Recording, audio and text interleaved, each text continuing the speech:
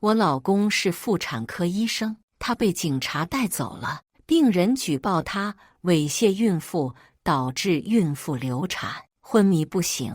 从此，我家的生活陷入万劫不复。大家好，开始今天的分享之前，希望你能给人间烟火点个订阅，我将会分享更多优质的内容。接到小高电话的时候，我正在做晚饭。姐，徐教授今天出了点事，被警察带走了。我一怔，心悬了起来，声音不由得提高。老徐安分守己，警察为啥抓他？就是病人家属说他猥亵孕妇，导致孕妇流产，现在孕妇昏迷不醒。小高说的吞吞吐吐，我手里的锅铲应声落在锅里，发出刺耳的声响。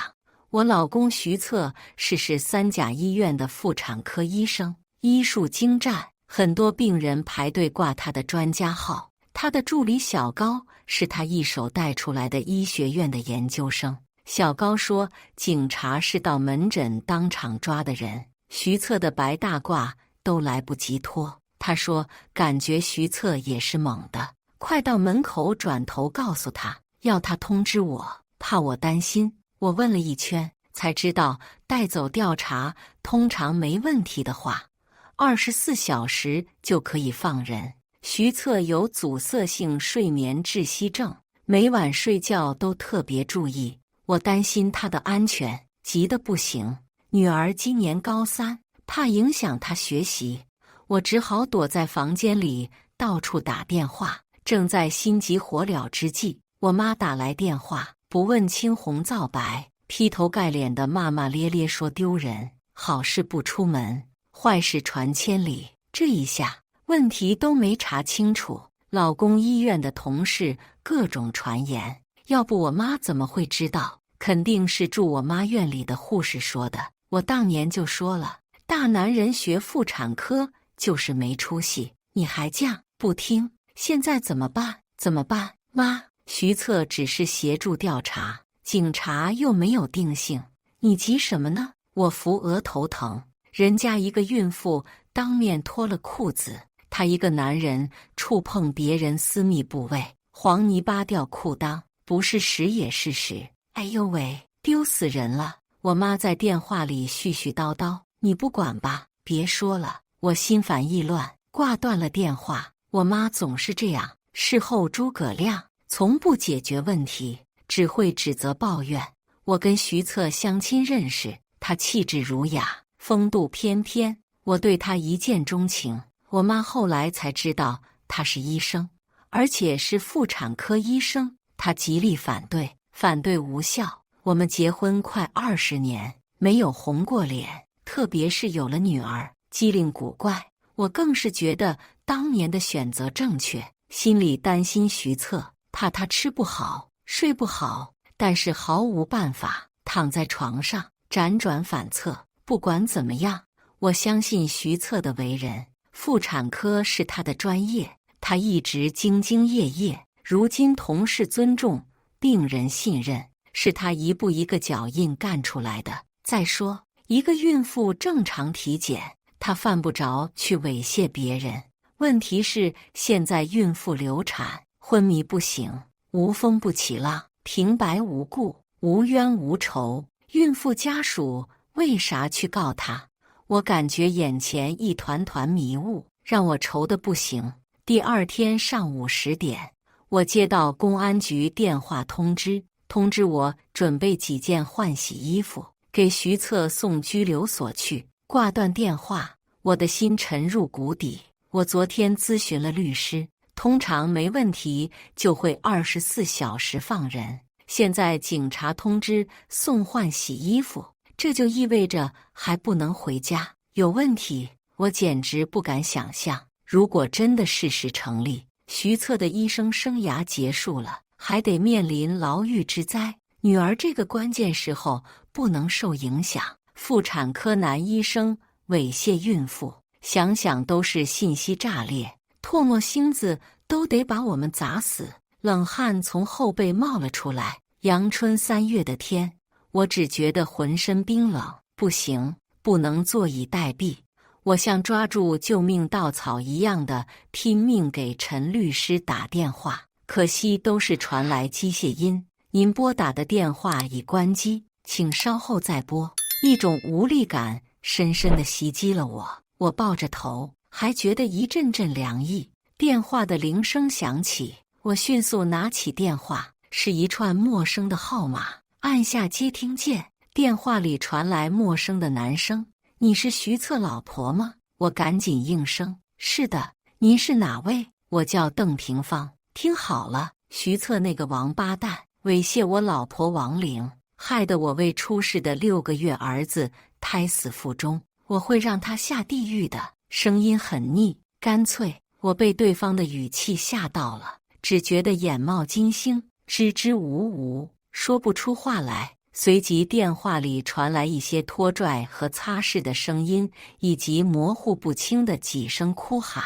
我的心悬起来，指甲掐到肉里，深呼吸一下，总算镇静下来。我知道这个时候只能安抚，最主要是我想摸一下情况。你老婆在哪个医院？我来看看她。看什么看？天天花钱像流水，我一定要你老公坐牢。他的声音提高了，凶巴巴的。您看这样行吗？我来看看你老婆，给你们带点钱。我低声下气，得50万，你自己看着办。对方更是恶狠狠，我一时半会哪有这么多？我手头上只有10万，一会给您送过来。啪的一声，对方把电话挂了。我心惊胆战，六神无主。出门时手机在手里，又回头开门找手机，折腾了一个来回，才出门开车。打开车门又关上，手在抖，根本开不了车。算了，直接拦个出租去。到了医院，妇产科在21楼，远远看见走廊上蹲着一个人。3月的天气，乍暖还寒。男人身上薄外套皱巴巴地套在身上，脚上的鞋子已经辨不清颜色，嘴里叼着烟，瑟瑟缩缩地蹲在走廊尽头。听到脚步声，男人抬头看过来，我才发现他戴着眼镜，人很瘦，脸上呈现营养不良的菜色。他先是一瞬迷茫，几秒过后就是虚张声势的凶狠。你是徐策老婆？他提高声音：“是的，您是病人家属。”我毕恭毕敬：“你来干嘛？”“我老婆被你老公害死了，我去看看她。”我边说边往病房走，他跟了过来。这是一个2人间，一个病床上坐着一个小女孩，面黄肌瘦，头发蓬乱，茫然地看着对面床。对面床上的病人全身都是插着管子，观测仪器电子屏有节律的跳动，病人睡得很平静，像个破碎的布娃娃。我走近仔细端详，别碰我妈妈！女孩跳下床，挡在我面前。我不会动她，放心。我冲女孩摇头，尽量让自己挤出一点笑意。可以看出来，病人很瘦，皮肤很白，五官精致，拾掇，一定是个漂亮的女人。这样的女人应该是男人喜欢的那种柔弱型，可以激起保护欲的那种。一个做产检的孕妇，你说作为妇产科医生的徐策对她猥亵，我真不太相信。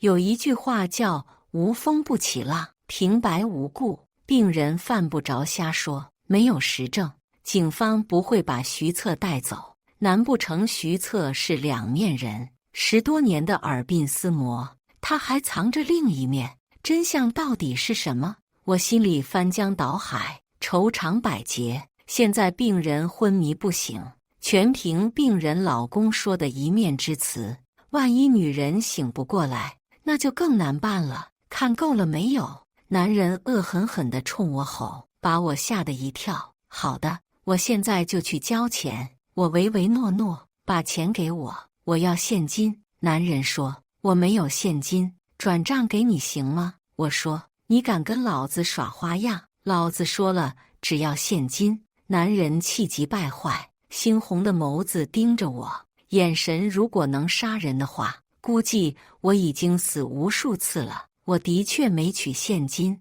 我给你转账行不？我哀求他，不行，你去取现金，不要玩花样。他继续凶神恶煞，对面有个银行，我现在就去。我只得妥协，转头往外走，迎面碰上一个女护士，声音干练：26床的家属，昨天都欠费了，怎么还没有到账？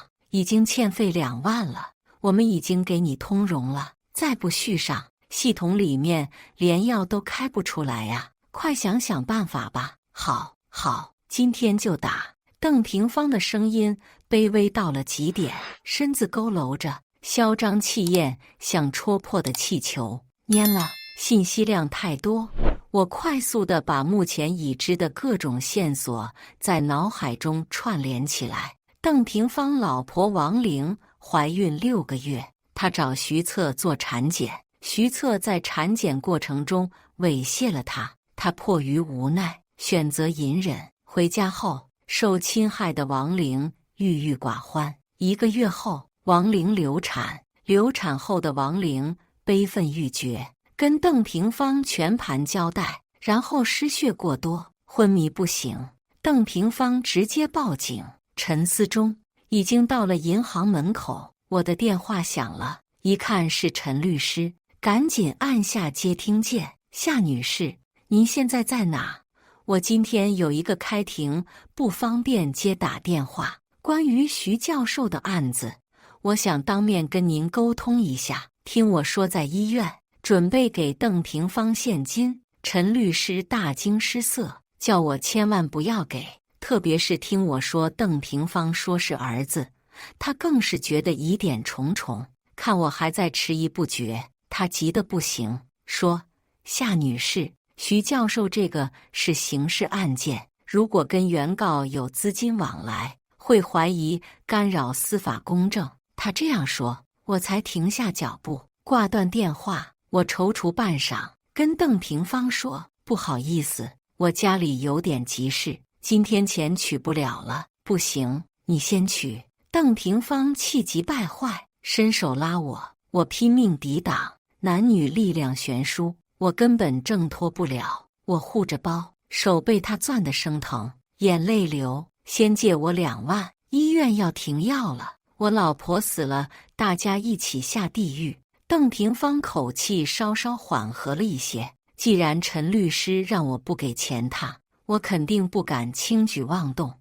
虽说他们看着可怜，可我不是慈善机构，眼下徐策这个事情稍不慎就会让他万劫不复。不行，我真有事。我又急又气，涕泪横飞。不给是吧？我发到网上，让徐策身败名裂。他加重了语气，公职人员最要紧的是名声，特别是徐策是妇产科医生，一旦发到网上，病人都会敬而远之，即使最后翻案，也是于事无补。这样徐策热爱的职业生涯就直接到头了。还有女儿，我简直无法想象女儿知道自己爸爸猥亵妇女的心态。想到这里，我干脆豁出去了。我穿的一件短风衣被他拽得死死的，半边敞开，露出里面的 V 领毛衫。我顺势脱下风衣，眼看着风衣在他手里，他看着我，露出迷惑不解的神情。快来人啊，有人猥亵啊！我大声哭喊，路边三三两两的人在往这张望。他把手里的风衣像丢烫手山芋一样的扔在地上，你自己脱的，还赖我！他目露凶光，掉头往回跑，有惊无险，总算摆脱了邓廷芳。一番拉扯，我已经是累得虚脱。跟陈律师见面后，我开始后怕，冷汗淋漓。陈律师说，邓廷芳给警方交了一份录音，是徐策给王玲做复检时的录音。现在的情况对徐策很不利，法律对猥亵犯罪这一块，本着保护妇女权益的原则，但凡妇女有举证，一旦证据确凿，就可以定案。现在不知道那个录音是什么内容，而且他还没见到徐策本人。我一听急了，陈律师，徐策是个什么样的人，我清楚，他绝对不会猥亵妇女。你可以实地看看他们门诊的工作环境，做复检的时候就是隔一个布帘，一帘之隔就是都是候诊的病人。他每天坐诊回来都累得虚脱，哪有这个闲心？再说对方是个孕妇，更是不可能。那个邓廷芳说他老婆好不容易怀男孩流产了，他很愤怒啊。夏女士，你说邓廷芳知道流产的是儿子？陈律师眼神急切地盯着我。是啊，他说是儿子，他恨死徐策了。通常流产的孩子不会注意性别，医生也不会告诉，除非病人特别在意性别。再就是小医疗机构通过流产的尸体碎块判定男女，你说这里面会不会有隐情？陈律师眼神闪动着兴奋。啥隐情？我不太明白。如果是主动流产呢？流产过程中失血过多导致昏迷啊？真的吗？总算触摸到迷雾的边界，我既紧张又兴奋。陈律师说他争取尽快见一下徐策，看他怎么说的，然后我们再碰头梳理梳理。总算是有那么一丝亮光，我心里五味杂陈。第二天下午，陈律师又约我见面，徐策会怎么说？事情的经过到底如何？一路忐忑不安。到了咖啡厅，看到陈律师一脸淡定的样子，我的心安定了几分。陈律师说见到徐策了，他的精神状态还好。这个时候，我除了关心徐策的身体，更关注案件的真实经过。徐策说王玲身体指标很健康，胎儿发育也良好。当天做的产检套餐包括抽血化验、B 超以及阴超检查。当时门外还有一堆病人排队，不可能有闲工夫去猥亵他。徐策也很纳闷，检查的时候也没见病人提出异议，实在想不通哪里得罪了他。后来在陈律师的提示下，他突然想起王玲从平躺的检查床上起来之前，把随手手提包打开给徐策看，里面是2件婴儿衣服，问过一句话，这个是深色好看还是粉色好看？徐策当时忙得脚不沾地，哪有空想多，随便应付着回答粉色。陈律师说难怪警方说有录音证据，如果把这段对话单拎出来，这种场景下很难不让外人怀疑徐策是借工作之便，在言语上搞性暧昧，进而揣测他在检查时的心理状态。这主观心理和客观行为都达到了统一。如果女方醒来后坚持声称遭到了徐策的猥亵，那这个指控还真不好推翻了。听到这里，我刚放下的心又提到嗓子眼，那怎么办？昨天我回律所跟几个同事复盘了一下，这里面有2个疑点：一是王玲是主动流产还是被动流产；二是邓廷芳如果找你要钱，涉及诈骗，这2件事情是辩护的关键点。陈律师说他去会一会邓廷芳，完事后再碰头。陈律师还特地嘱咐我，一定不要随便给钱给邓廷芳，否则即使邓廷芳翻供，警察和公诉人深究起来，就会质疑这里面串通做伪证，这样大家都有麻烦。晚上刚吃完饭，我妈妈的夺命连环 call 就来了。芳啊，徐策这个事情有没眉目？哪有啥眉目？律师在准备辩护，我有气无力。我跟你爸说了，你爸说那种情况下，徐策不可能做傻事，会不会是诬告？我妈今天说话有些小心翼翼。妈，爸也觉得是诬告。是啊，你说他一个妇产科医生，在产妇生产的那一刻，要面对产妇粪便、血水，哪里还会考虑性别？病人母子平安才是唯一的期盼。我稍稍静下心来，跟我妈聊了跟陈律师交流的情况。小芳啊，我觉得有没可能怀疑是女孩，打胎下来发现是男孩，那个男的后悔了。我妈沉吟片刻说：是啊，陈律师也是这样说的。你说6个月大的胎儿，正规医院肯定不会随便引产，只有那些小医院才敢做。这样吧，我问问院里做护工的人，看看能否打听一下。不到1周，我妈就打电话过来。上个月底，城西那个小诊所给一个怀孕6个月的孕妇引产，发现是个男婴。我妈院里一个婆婆在那做护工，说当时那一对夫妻哭得稀里哗啦，那男的更是气得破口大骂。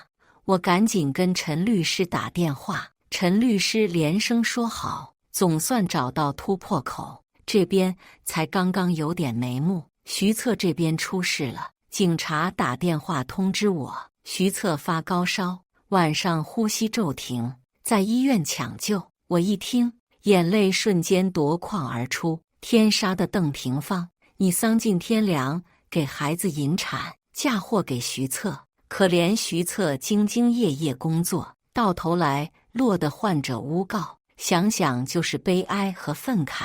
警方把他送到徐策自己工作的医院，给他抢救的是他医学院的师兄。从抢救室出来，师兄特地走过来跟我说：小夏，你瘦了，我们医院同事都支持徐策，你不要太担心，相信警方会秉公执法，公道自在人心。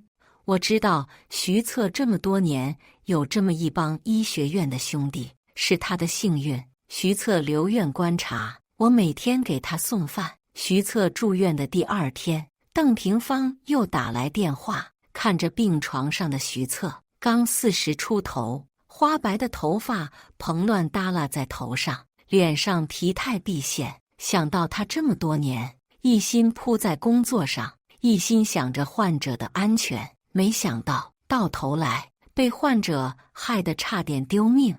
我的怒火一簇簇燃起来。你有什么事？对方停顿了几秒，说：我老婆醒过来了，她说流产了，怕我骂她，情急之下撒谎了。她轻松一句撒谎，我老公差点丢命，现在还住在医院，你们偿心了吗？我咬牙切齿，一字一句。对方半天不说话，然后挂了电话。陈律师兴高采烈地通知我，邓廷芳撤诉了。原来邓廷芳3代单传，一直想要个儿子，第1胎生的女儿，第2胎就特别在意性别。王玲怀孕4个月的时候，他们就到医院检查，可惜正规医院都有明文规定，不能告诉胎儿性别。辗转到徐策工作的医院，邓廷芳听一起开出租的哥们说，3甲医院是规定不能说婴儿性别，但是检查的时候，产科医生都有暗示，喜欢粉色婴儿衣服就是怀的女孩，喜欢深色婴儿衣就是男孩。王玲特地准备了2件婴儿衣服，1件粉色，1件深色，为确保万无一失，邓廷芳还要求王玲检查前用手机录音，阴错阳差，徐策忙得晕头晕脑，随口答了一句。邓廷芳他们夫妻打开录音，分析来分析去，觉得肯定怀的女孩。他们经过一夜思想斗争，到西城小诊所把孩子打了，不成想发现成型的胎儿是个男婴。王玲急悔攻心，下身血流不止，最后昏迷。无能狂怒的人，甩锅的能力一流。邓廷芳认为徐策故意害他，罪魁祸首就是徐策，否则怎么会好好的男婴去引产？于是他找人把录音7剪8剪，剪成了容易引起联想的暧昧对话。后来陈律师找到他，跟他做工作，说把城西小诊所的老板找到了，一切真相大白。当然了，这里面离不开陈律师的攻心计，他帮邓廷芳垫资医药费2万，还帮他做法律援助，给他争取帮扶救助金。就这样，邓廷芳主动去警方撤案，徐策回医院上班。他们医学院的同事给他举行了热烈的欢迎仪式。那以后，医院特地出台了一条规定，医生检查时必须同时有第三人在场，这是促进医患关系和谐发展的举措，更是对医患双方的一种保护。以上就是今天分享的故事，大家有什么想说的、想吐槽的，欢迎在下方评论交流。也更希望能给人间烟火点个订阅，我将会分享更多优质的故事内容。